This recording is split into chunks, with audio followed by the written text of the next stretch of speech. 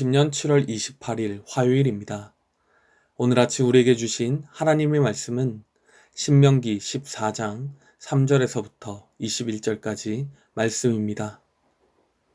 너는 가증한 것은 무엇이든지 먹지 말라. 너희가 먹을 만한 짐승은 이러하니 곧 소와 양과 염소와 사슴과 노루와 불구스름한 사슴과 산염소와 볼기가 흰 노루와 뿔이 긴 사슴과 산양들이라. 짐승 중에 굽이 갈라져 쪽발도 되고 새김질도 하는 모든 것은 너희가 먹을 것이니라. 다만 새김질을 하거나 굽이 갈라진 짐승 중에도 너희가 먹지 못할 것은 이것이니 곧 낙타와 토끼와 사반, 그것들은 새김질은 하나 굽이 갈라지지 아니하였으니 너희에게 부정하고, 돼지는 굽은 갈라졌으나 새김질을 못함으로 너희에게 부정하니 너희는 이런 것의 고기를 먹지 말 것이며 그 시체도 만지지 말 것이니라. 물에 있는 모든 것 중에서 이런 것은 너희가 먹을 것이니 지느러미와 비늘이 있는 모든 것은 너희가 먹을 것이요 지느러미와 비늘이 없는 모든 것은 너희가 먹지 말지니 이는 너희에게 부정함이니라. 정한 새는 모두 너희가 먹으려니와 이런 것은 먹지 못할지니 곧 독수리와 설개와 물수리와 매와 새매와 매의 종류와 까마귀 종류와 타조와 타으마스와 갈매기와 새매 종류와 올빼미와 부엉이와 흰 올빼미와 당아와 올응과 노자와 학과 황새 종류와 대승과 박쥐며 또 날기도 하고 기어다니기도 하는 것은 너희에게 부정하니 너희는 먹지 말 것이나 정한 새는 모두 너희가 먹을지니라. 너희는 너희의 하나님 여호와의 성민이라. 스스로 죽은 모든 것은 먹지 말 것이나 그것을 성중에 거류하는 객에게 주어 먹게 하거나 이방인에게 파는 것은 가하니라. 너는 염소 새끼를 그 어미의 젖에 삼지 말지니라. 모세는 백성들을 미혹하는 사람들과 우상 숭배자에 대해 경계하면서 이런 자들에게 미혹되어 부정하게 된 것이 확실한 사실로 드러나면 그 사람과 마을을 완전히 진멸해야 한다고 명령합니다. 하나님의 구별된 자녀인 이스라엘은 죄악에 조금 더 물들지 않아야 하기 때문이요. 하나님의 택하신 자녀인 이스라엘은 가나안의 부정한 풍습을 조금이라도 용납해서는 안 되기 때문입니다. 오늘 본문에서 모세는 거룩한 하나님의 백성인 이스라엘 백성이 먹는 것에 있어서도 정한 것과 부정한 것을 구별해서 먹어야 한다고 말합니다. 3절입니다. 너는 가증한 것은 무엇이든지 먹지 말라. 모세는 하나님께 받은 이 명령이 최초로 나오는 레위기 11장과 같이 육지와 물과 하늘에 사는 짐승들 순서로 나누어 구분하고 있습니다. 4절에서 8절은 육지 짐승에 대한 설명을 하고 있는데 레위기 11장에서 금지한 기어다니는 동물들은 모두 부정함으로 자동적으로 제외하고 4절과 5절에서 이스라엘이 먹을 수 있는 정결한 가축과 야생 동물들의 이름들이 나옵니다. 6절부터는 육지 짐승들의 정결 기준으로 갈라진 굽과 새김질이 제시되고 있는데 이후 7절부터 8절까지는 두 기준 중에 하나만 지닌 부정한 동물들이 언급되고 이 동물들을 먹지도 말고 그 시체도 만지지 말라고 말씀하십니다. 9에서 10절은 물에 있는 생물에 대해 설명하는데 그 구분 기준으로 지느러미와 비늘이 모두 있는 것만 허용되었습니다. 11에서 20절은 공중에 나는 생물에 대해 설명합니다. 특별한 기준은 제시되지 않고 정한 새는 먹을 수 있고 금지 목록에 있는 새들은 먹을 수 없었습니다. 특별히 19절에서는 레위기 11장 20에서 23절에 나오는 4종류의 식용곤충을 제외한 나머지, 즉 날기도 하고 기어다니는 것들은 부정하게 여겨져 금지되었습니다. 마지막으로 21절에는 음식 규례를 마무리하면서 번외로 자연사한 짐승의 고기를 어떻게 해야 하는지 설명합니다. 21절입니다. 너희는 너희의 하나님 여호와의 성민이라. 스스로 죽은 모든 것은 먹지 말 것이나 그것을 성중에 거류하는 객에게 주어 먹게 하거나 이방인에게 파는 것은 가하니라. 너는 염소 새끼를 그 어미의 젖에 삶지 말지니라. 이스라엘 백성은 하나님의 거룩한 백성이기에 자연사한 고기를 먹지 말아야 한다는 것입니다.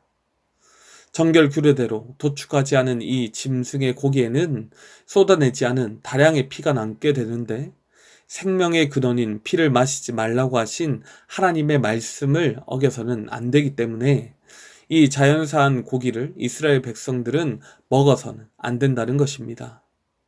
그러나 율법과는 관계가 없었던 객이나 이방인에게 주는 것은 가능하다고 말합니다. 이어서 나오는 부분에 염소 새끼로 번역된 게디는 염소 새끼뿐만 아니라 일반적인 어린 짐승을 가리킨다고 볼 수 있습니다. 그렇게 이 명령을 보면 음식을 조리하는 과정조차 하나님의 구별된 백성들은 자녀와 부모라는 관계에 대한 이 창조 질서를 생각하고 조리해야 한다는 것을 알 수 있습니다. 이렇게 하나님께서는 이스라엘에게 거룩한 하나님의 백성으로서 음식을 먹는 것도 당시 가나안의 풍습을 따르지 말고 하나님의 법을 따라 구별되어야 한다고 말씀하셨습니다. 그렇다면 오늘 우리는 이 말씀을 통해서 어떤 은혜를 나눌 수 있겠습니까? 첫째로, 하나님의 백성은 모든 것을 통해 구별된 삶을 살아야 한다는 것입니다. 이스라엘 백성들은 음식조차도 하나님의 명령에 순종하며 구별된 음식을 먹어야 했습니다. 하나님은 이스라엘 백성들의 삶의 터전이 광야에서 가나안 땅으로 바뀌더라도 하나님이 베푸시는 만나와 메추라기를 먹었듯이 하나님이 정하신 것을 먹기 원하셨습니다. 신약시대 이후에 예수님 안에서 정한 것과 부정한 것을 나누어 먹을 필요는 없어졌습니다. 그러나 하나님의 백성들이 삶의 모든 것을 다 하나님의 뜻에 따라 순종하며 살아야 한다는 것은 변하지 않았습니다. 우리는 하나님의 뜻보다 자기의 기호와 취향을 주장하기가 쉽습니다. 거창한 사명에 대해 논할 때는 하나님의 뜻을 말하지만 일상생활에 반복되는 일과 사소한 일은 다 나의 뜻대로 하고자 하는 것입니다. 그러나 우리가 먹고 마시고 행동하는 모든 일상생활도 다 하나님의 기쁘신 뜻대로 이루어져야 합니다. 그러므로 무엇을 먹든지 무엇을 마시든지 어떤 일을 하든지 하나님의 은혜를 기억하며 우리가 다 하나님의 뜻대로 하기를 애쓰시는 우리 모든 성도님들이 되시기를 부탁드립니다. 둘째로, 하나님의 백성은 거룩한 백성의 정체성을 가지고 살아야 한다는 것입니다. 본문의 21절에 보면 하나님은 이스라엘의 정체성을 확고하게 말씀하십니다. 너는 내 하나님 여호와의 성민이라. 그들은 하나님의 거룩한 백성, 성민이므로 거룩한 삶을 살아야 한다는 것입니다. 내가 어떤 정체성을 가지느냐에 따라서 우리는 어떤 삶을 사는지 결정하게 됩니다.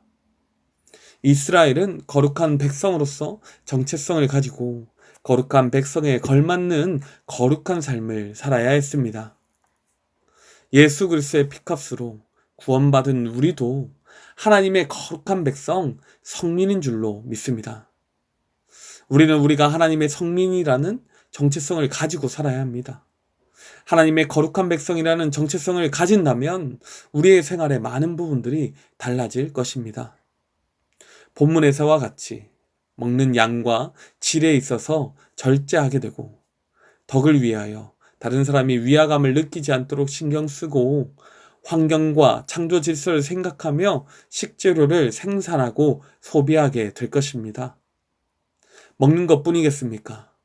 모든 생활의 작은 부분들 하나하나까지 하나님의 거룩한 백성으로서 세상과는 구별되게 생각하고 행동해야 한다는 것입니다. 우리 자신이 하나님의 나라와는 관계없는 독립된 개인이 아니라 하나님 나라의 백성으로서 거룩을 추구해야 하는 사람임을 기억하기를 원합니다.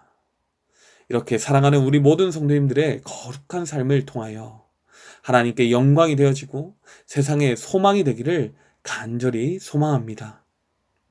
기도하겠습니다.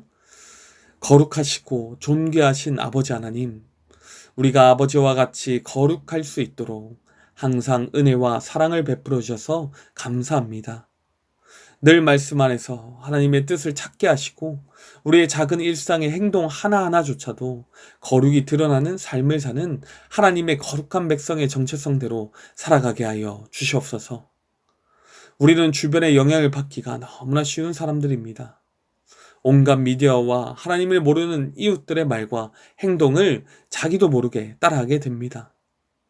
모든 유혹과 무지에서 우리를 건져주시고 오직 하나님의 거룩함을 추구하며 살아가는 우리가 되게 하여 주시옵소서. 코로나로 인해 어려움에 있고 위기 가운데 거룩한 삶을 살기가 참 힘이 듭니다. 우리와 늘 동행하여 주셔서 주님 주시는 평안과 안식을 새 힘을 얻어서 매일을 거룩한 그런 주님의 날로 살아갈 수 있게 하여 주시옵소서. 우리를 날마다 새롭게 하실 것을 믿사오며 우리 주 예수 그리스도의 이름으로 기도드립니다. 아멘. 이 시간 개인적으로 기도하실 때 오늘 나눈 말씀을 붙들고 기도하시고 주간 기도 제목에 따라서 환우들과 섬김 사역을 위해서 기도하겠습니다. 지속적으로 고통당하는 환우들과 연약한 성도들을 위하여, 항암 치료 중인 분들과 입원 중인 분들을 위하여 기도하시고 우리 교회가 기쁨으로 성도와 이웃을 섬기는 교회가 되도록 모든 섬김 사역을 통하여 세상에 소망이 되는 그런 우리 교회가 될 수 있도록 기도하시고 코로나19 기도 제목을 따라서 함께 기도하시겠습니다.